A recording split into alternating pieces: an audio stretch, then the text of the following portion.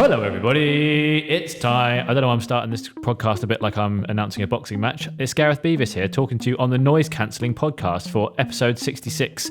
We are talking about entertainment this week. Streaming. Still with tech involved in... What's that?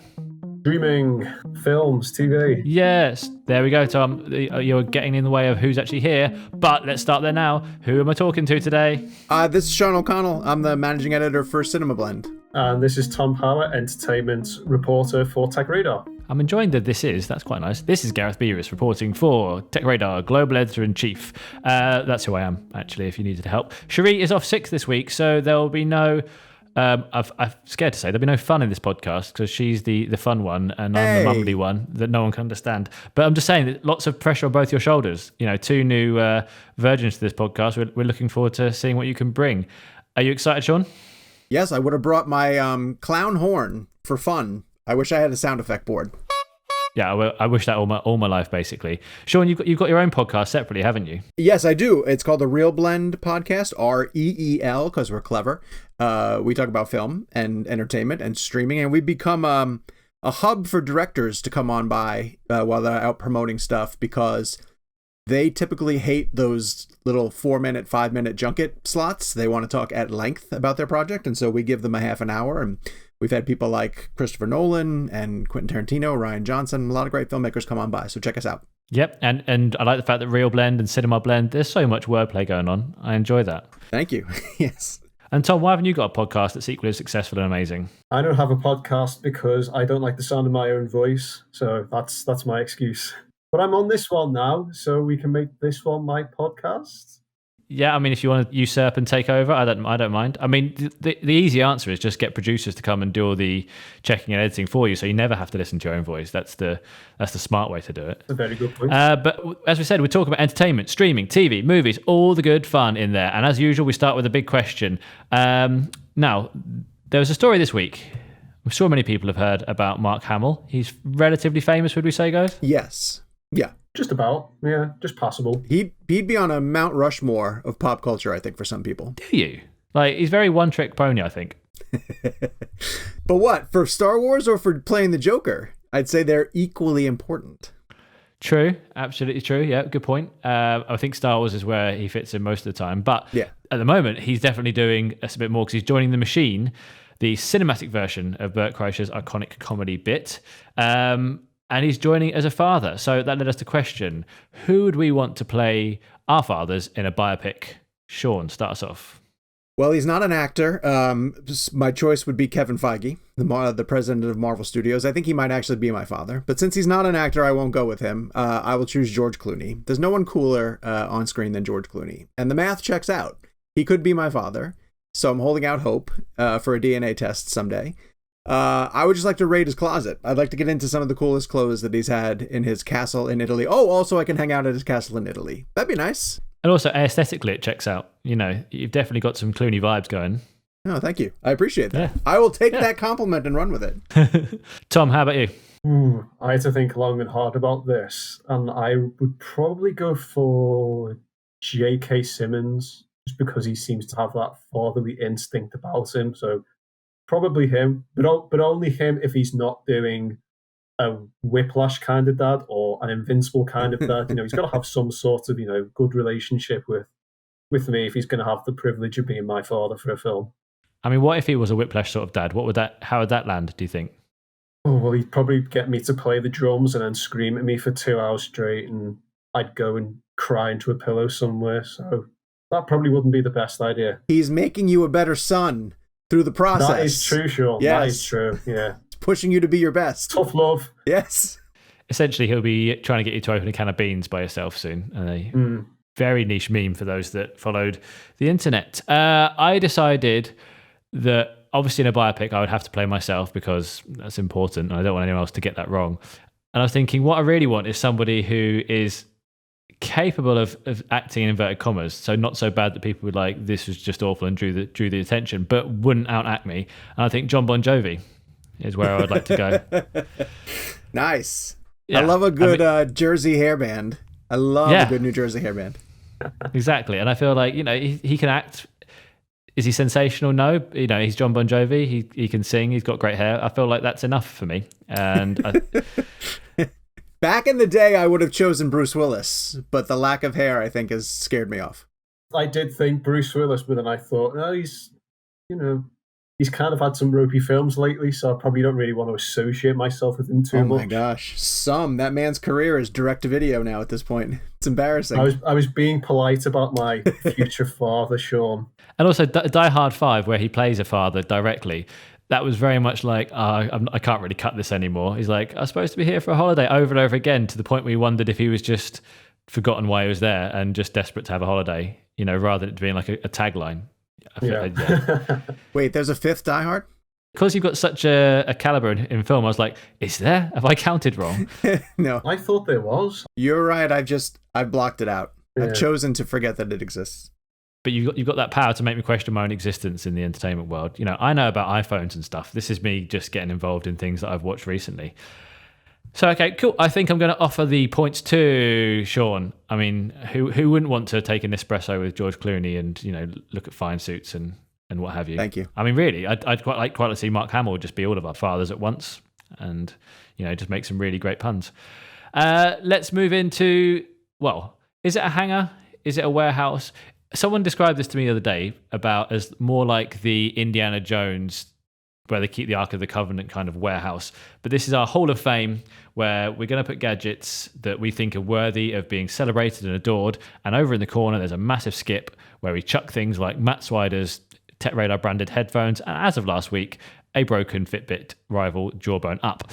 But we want to hear from our guests either what their first gadget was, the one they loved the most growing up, or just one they feel it should be celebrated for all time. So, Tom, kick us off. What are you bringing into the Gadget Hall of Fame, and can you keep it out the skip?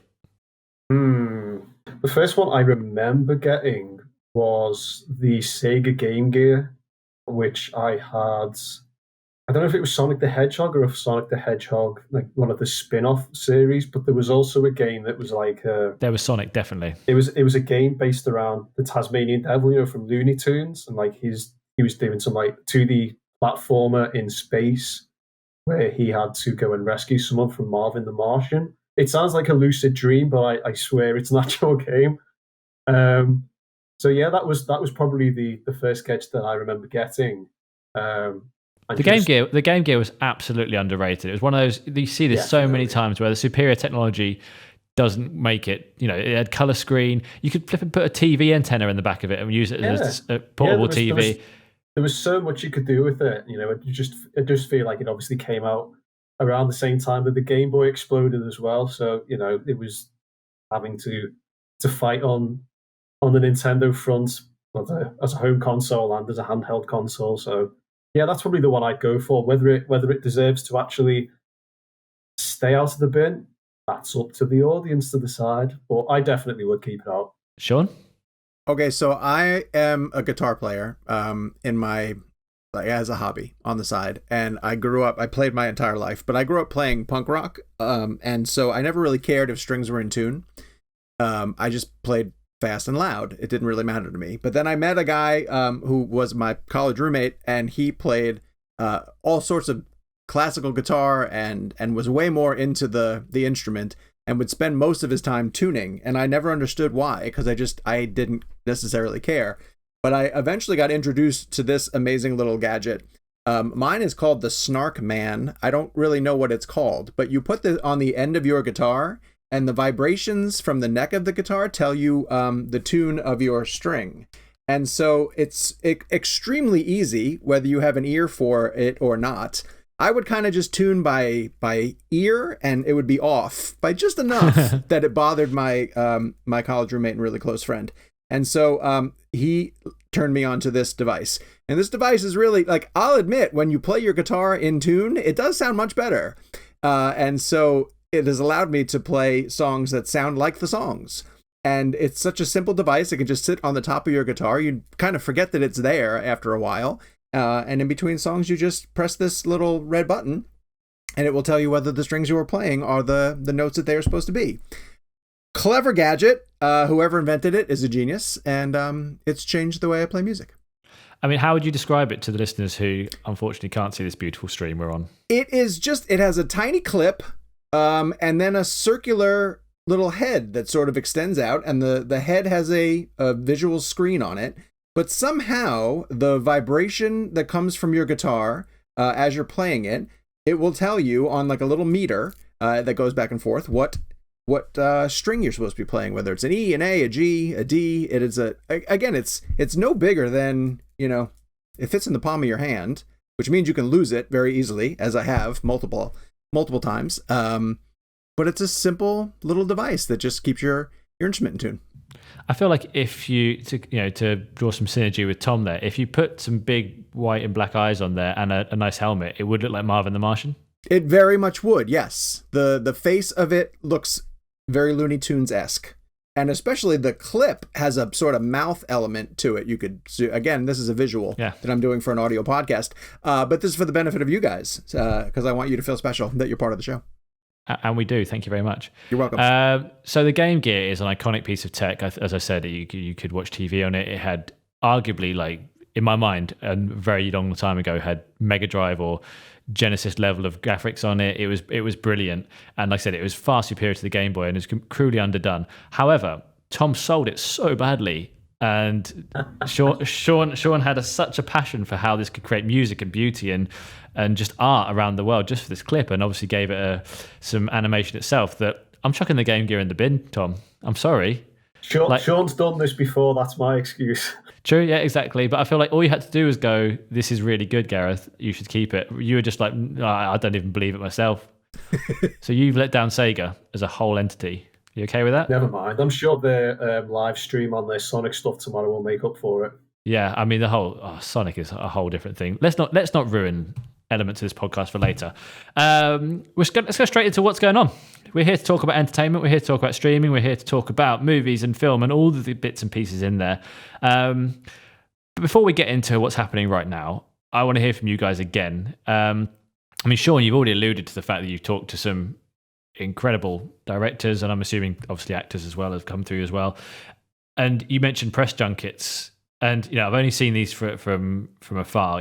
As a tech writer, we don't generally get the same thing where you're paraded past, a product designer of the new iPhone and they'll go like 5 minutes to ask them questions. It's much more technical specs and trying to work out if you're a good journalist or not. But in terms of the junkets you've done, like what's the best or worst that you've ever had the pleasure of being part of?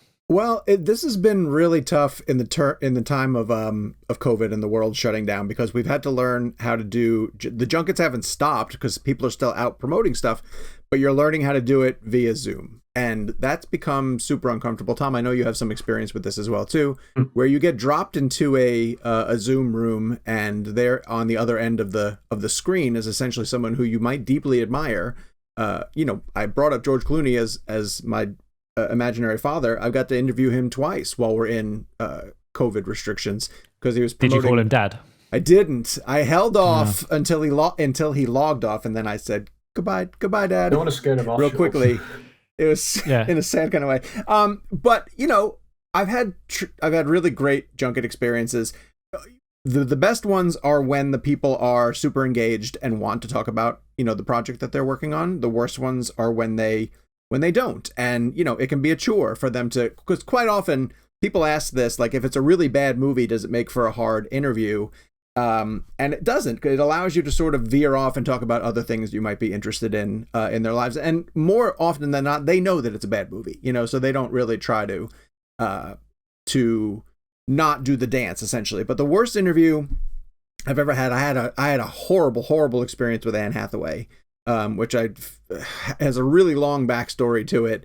So I'll just chalk it up to the fact that she was having a really horrible day. The one that I want to single out, though, and I hate to do this because we started off by talking about how great Mark Hamill is, but Harrison Ford gave me the worst interview of my entire journalism career. And he was promoting a movie called, I want to say it was called Firewall or something. One of those Harrison Ford movies that you just forget that he's even in it a year or so after you've seen it. Crystal Skull?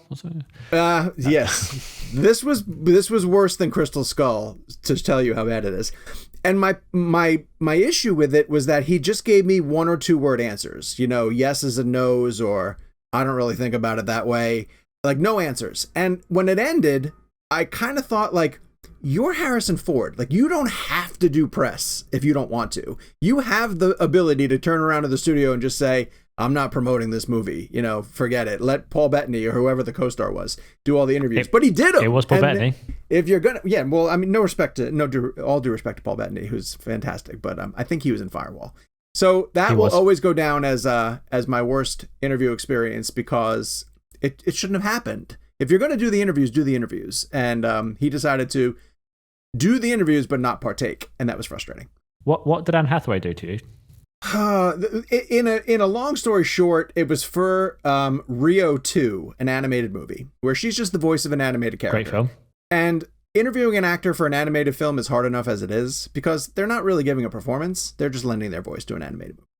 And this junket was in Miami, and it was supposed to be outdoors. And if anybody knows anything about Florida, it rains often. So a huge storm came through, and the studio had to move everything from outside to inside, which was enormously challenging for the tech people to have to set up this new interview suite for them to make it look palatable for them to sell. But Anne Hathaway decided she still wanted to start on her normal time. So she showed up at the room while they were still building it, putting it together, and wanted to begin, which is her right to do. And so the studio furiously called every journalist they could and asked them, like, can you start now?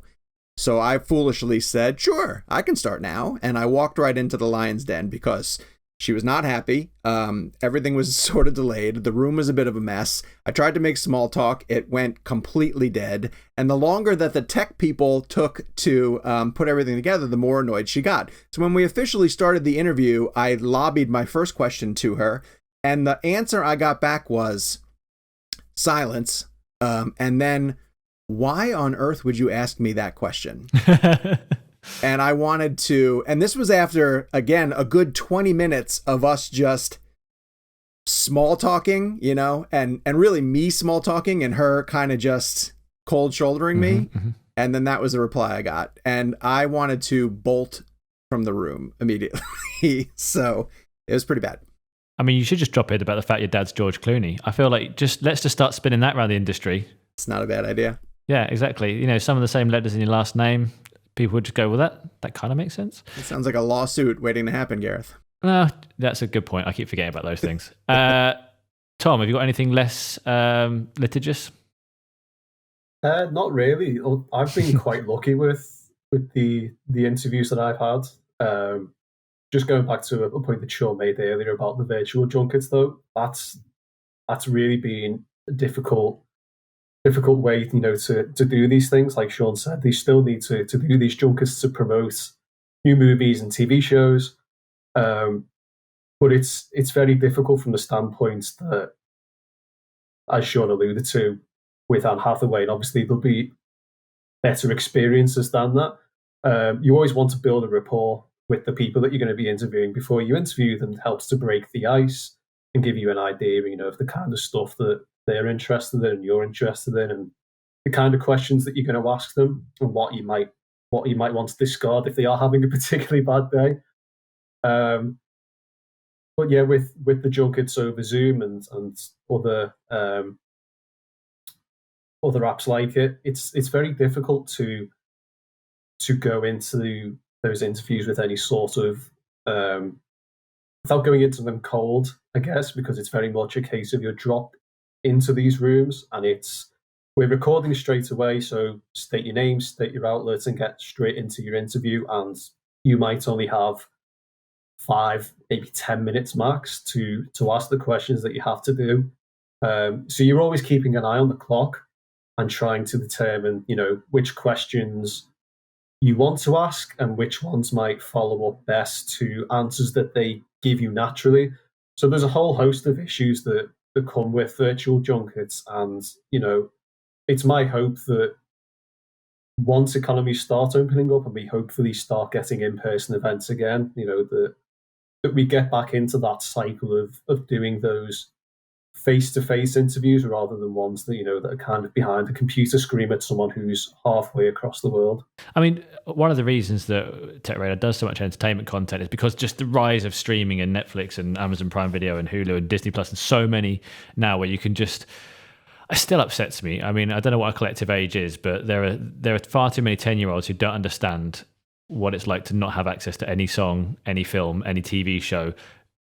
Now, just by saying it to certain devices, I'm like, I want to watch this now and see it. And you couldn't watch anything unless you had a VHS of it that someone had copied off the TV or blah, blah, like it's just such a different world. I don't understand how important it is to want these things, but that world does exist now. I mean, have you, Tom, seen any difference in the way that actors have been handling themselves, given the fact that films are now coming out on streaming services rather than in cinema? Is there less of a kind of excitement to it or what?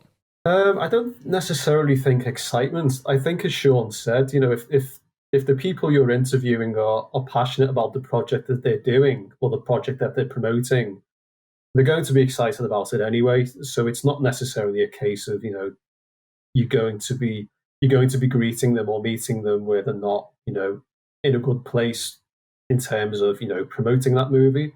But there are occasions where, or individuals, like we had the whole Martin Scorsese thing with the Marvel Cinematic Universe. There are directors and there are actors who probably see theatrical releases and cinema releases as the purer form of releasing that kind of content.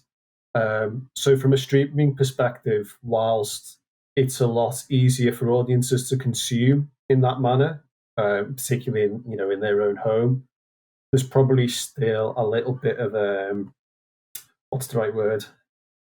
A little bit of negativity with some people in terms of bringing the big tempo releases to the likes of Amazon Prime Video or a Netflix, particularly if they're movies that are supposed to have come out theatrically, particularly in the last year, and then they've ended up being having the rights bought by one of these big streaming services just in order to get the movie out there.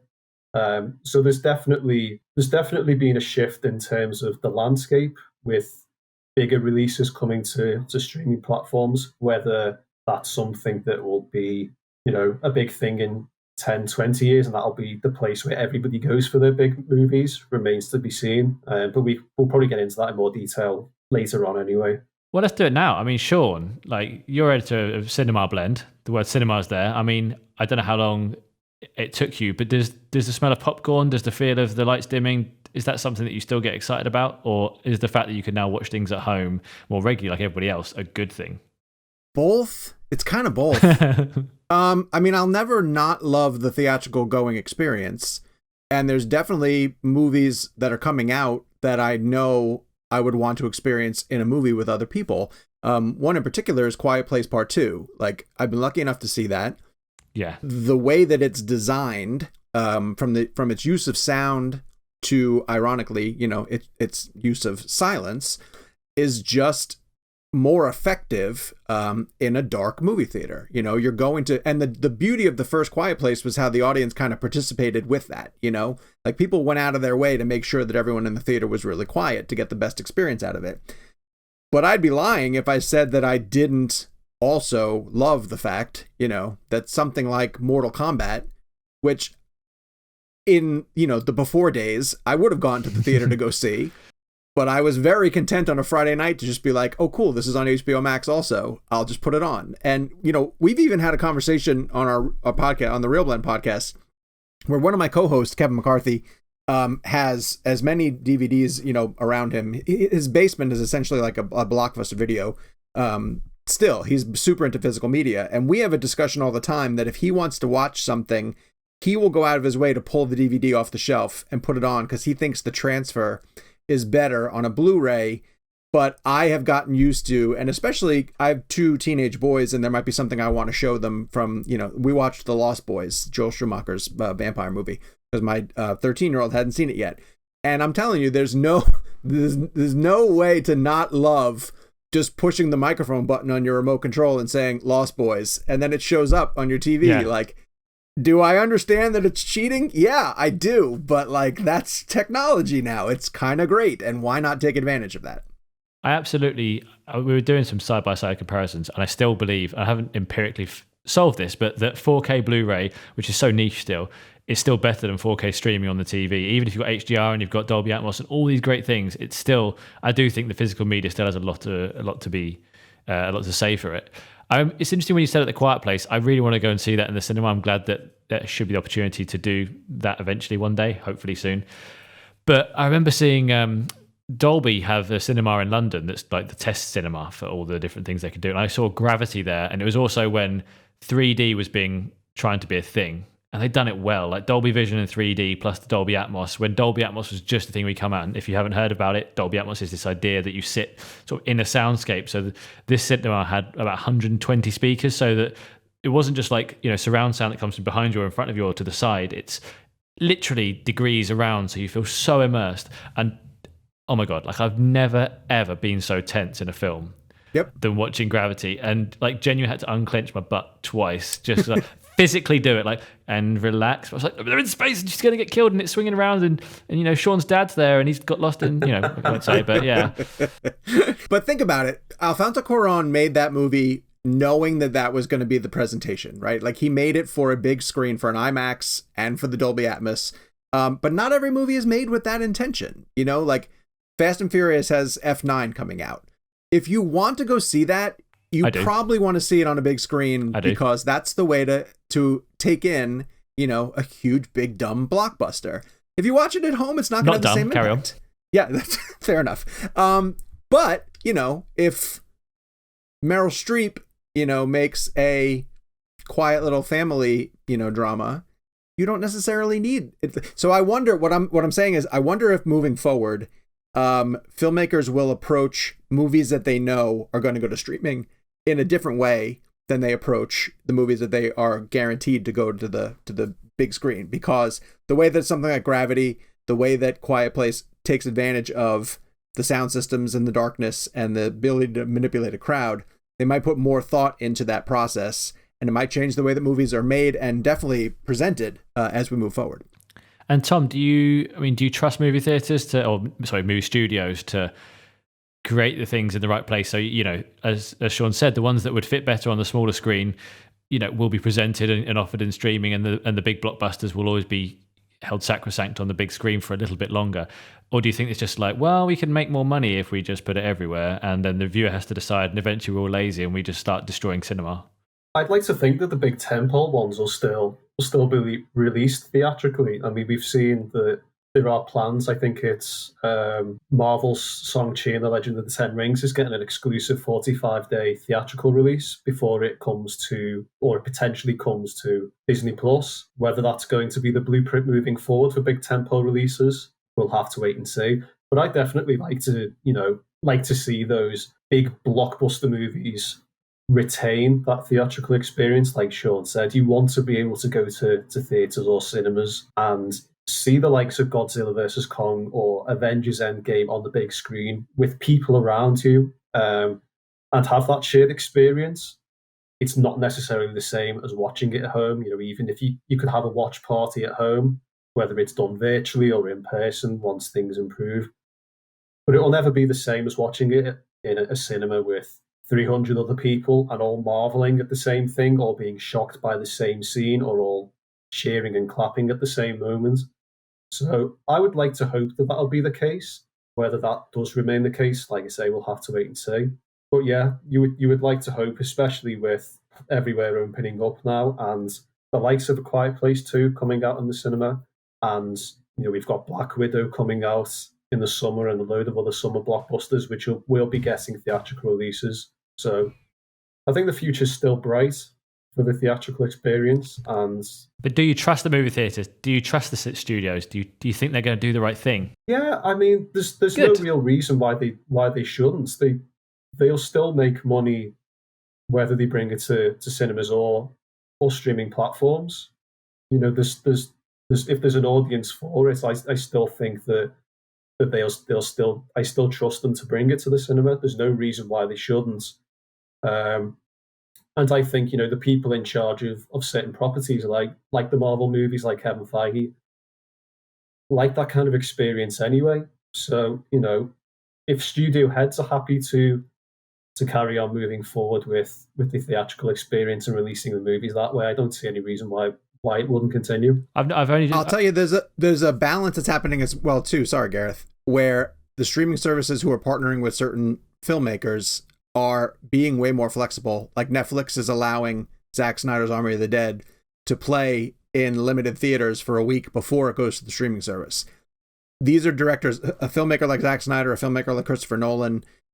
They're always going to fight for the theatrical going experience. But they realize that the landscape is changing and they have to concede a little bit, right? So, and the streaming services realize also, in order to get these filmmakers to come collaborate with us, we're going to have to concede some points also. So yes, we will allow Army of the Dead, which is a movie that probably plays better in a crowd, on a big screen. Yes, go out and play a theatrical run, limited, and then come back to Netflix. So you get both options. You're getting the best of both worlds. And it's ridiculous now that that's a reality, because 2 years ago I would have told you that would never be the case. But the industry is changing rapidly just to react to the situation that we all find ourselves in. So I'm going to be fascinated to see how it continues to evolve. Do you think that all the movie studios could have their own streaming platforms eventually, or that it's just too many? Well, the only one that doesn't have any form at all right now is Sony. The other ones have them, whether they're effective or not. Well, actually, Universal has a day and date 17-day window now where stuff can go to paid streaming afterwards. And they have, I guess they could start using Peacock. But Paramount Plus and Peacock are much smaller than the HBO Maxes and the Disney Pluses of the world. Those two have just come out of the gate sort of roaring. I think Sony eventually is going to have to come up with some sort of distribution model, but the only IP that Sony really has going for it is Spider-Man, and they just signed that deal to have the Spider-Man films go to Disney Plus. So it's almost like these are all weird negotiations that are happening. Like Sony movies are going to be available on Disney Plus. The line is blurring, just so that these studios can stay in business. And I find that to be really fascinating, because the politics in Hollywood normally would keep the studios very clearly separated and their properties defined in a specific way. And now everybody's sort of sharing with everyone else. We talked just now we mentioned Mortal Kombat. Sonic made a brief blue blur speeding past moment. I mean, is it the case where video game films are starting to become a thing? Because I'm just thinking Mortal Kombat and Sonic, we've written about these, obviously TechRadar, there's gaming, there's entertainment, it's all a good fusion, but are they getting good? I mean, Sonic got absolutely panned when it first came out, and I've got half the team now, I don't know if they're tongue-in-cheek or genuinely think it was a good film, talking about the sequel quite happily. But Mortal Kombat was massive, and I remember the Mortal Kombat films when I was younger, and they were shit. But I still love them. So, I mean, are they getting better now? Are we in a new world, Tom? It's hard to say. I don't necessarily say they're getting better. I think there's probably now a market for them. Now that we've seen a few come out, and they've got a decent reception based on the trailers that have come out. Whether that's enough to actually say that they are getting better, I guess that's up to individual viewers. Personally, I think there's probably still a way to go on that front. Which was better, Sonic film or the Mario Brothers film? Sonic, probably. I guess the thing will be what happens with the new Super Mario Brothers film that's coming out that Nintendo are doing with Illumination Entertainment, who did Despicable Me and Minions. If that ends up being a massive success for Nintendo, even if it is a CGI movie, then I think we'll see more of them. If that ends up, being a less well received movie, then I think there'll be still a long way down the road until we get a very, very good video game adaptation movie. I mean, you're wrong. I mean, Super Mario Brothers, to say anything else is better is sacrilegious, because it was a beautifully terrible film. It was beautifully terrible. And I was someone who was so into Mario Brothers when that film came out, and it was so confusing that it wasn't the same. But I felt like I'd seen behind the curtain. I was like, that's what the world is really like. This is amazing. Not, it's a terrible film and it should be thrown in the bin. But it's anything. To CGI that is, unless they do a CGI version, like shot by shot of that one, like they did with The Lion King, but real action. That's what I want to see. You might get your wish. You never know. I find it interesting that the games have become more cinematic in nature, and then in turn, the movies are turning around and adapting games that have gone cinematic. Uncharted being one of those examples. Like Uncharted, when I play an Uncharted game, I feel like I'm watching a much longer movie. Last of Us, is a story that the people who play it are extremely protective of the story. Now that's going to become a series, and I think that the story sort of warrants it. But it's been interesting to see how, and then Metal Gear, they're going to try to put the world of Metal Gear together onto the screen. And so, I think that these games that have much longer stories that are baked into them lead to better game properties. When you're just trying to take a game that doesn't necessarily have a large narrative component behind it and try to add stuff to it, I think that's when you lose the faithful fans. Yeah, I completely agree. I feel that's what stopped me playing games as much. They've got too cinematic. There's too much effort involved. Life gets in the way, and I feel really sad because I miss out on all these kind of grand experiences, like The Last of Us 2, and people talking about what comes in there. But I feel like I'm just not good enough to be part of the film because I can't move fast enough. I can't choose the right things. Well, wasn't that the knock on Red Dead Redemption Part 2? That it was like too complicated. You had to live the life of a cowboy, essentially. Yeah, to groom too many horses. Yeah. Yeah. Horse grooming is important for everyone out there who's got a pony. So do listen to that. Finally, before we move on to our final game, if you had the control of the entire industry, Tom, in 10 years' time, how would we be watching movies? And you can do anything. You can do some hologram shit. You can make people fly. What are you going to do to make movie experiences that much better? I mean, flying would be awful. Don't do that. That's a terrible idea. I don't necessarily feel like it's going to be more hologram based. I think probably they'll move more into the virtual reality space where, people could end up wearing headsets and watching a movie that way, or, even... Would you want people to be able to do that, though? I guess... You're in charge here. Come on. You're Thanos. Maybe. I mean, there's an audience there for gaming wise, especially from a first person perspective. People want to feel like they're the hero of a story. So I feel like if you could integrate that into a movie and make the person with the VR headset on the hero of the particular movie that they're watching, that might be a fascinating way for it to go. I don't necessarily know about hologram technology. I don't think that's probably the way forward for the industry. But I think that, from a VR perspective, there's definitely a market there for it. And I think that could potentially be the next step in terms of, integrating fans and making them the center of movies that are produced down the line. I mean, I've watched films in virtual reality, and I'll be honest, it is exhausting because you never know. You have to obviously the whole thing. It's like with 3D when they poke sticks out of the screen and you go, I'm going to get hit by a train or whatever. In VR, it was constantly trying to trip you up and make you realize the action was behind you, and you turn around, you'd see it, and you'd watch it. And it's just, I can't be bothered. Like, it's too much. It's just too much effort. And there's also the element of, if you make people the hero, you have to give them some ability to make the choices rather than just being on a rail where they just watch things happening, and then you basically made a game. And that's the difficulty. I do love it. I mean, VR, as if you've listened to this podcast many times, I love VR. It's brilliant. It's just still not good enough. I just really want it to work, and I don't know if film would be it, but if they could make it work, and if Tom, in 10 years' time, you're doing that, thank you very much, because I would love you for that. I mean, Sean, have you ever watched a film in VR? Not an entire film, no, but I've played some video games in VR, and I agree that it's fantastic. When it works the way that they want it to work, it's a ton of fun. It's super innovative and new, and it feels like you're trying something fresh. Tom and I were talking about before the show started that we're both enormous Spider-Man fans. I've played a Spider-Man VR game that literally makes me feel like I'm on top of a rooftop and looking around New York City, and that's unbelievable. Yes, I love that we live in a time where that's even remotely possible, even if it doesn't work as well as I want it to. It works good enough that that I'm happy that I got a chance to experience it.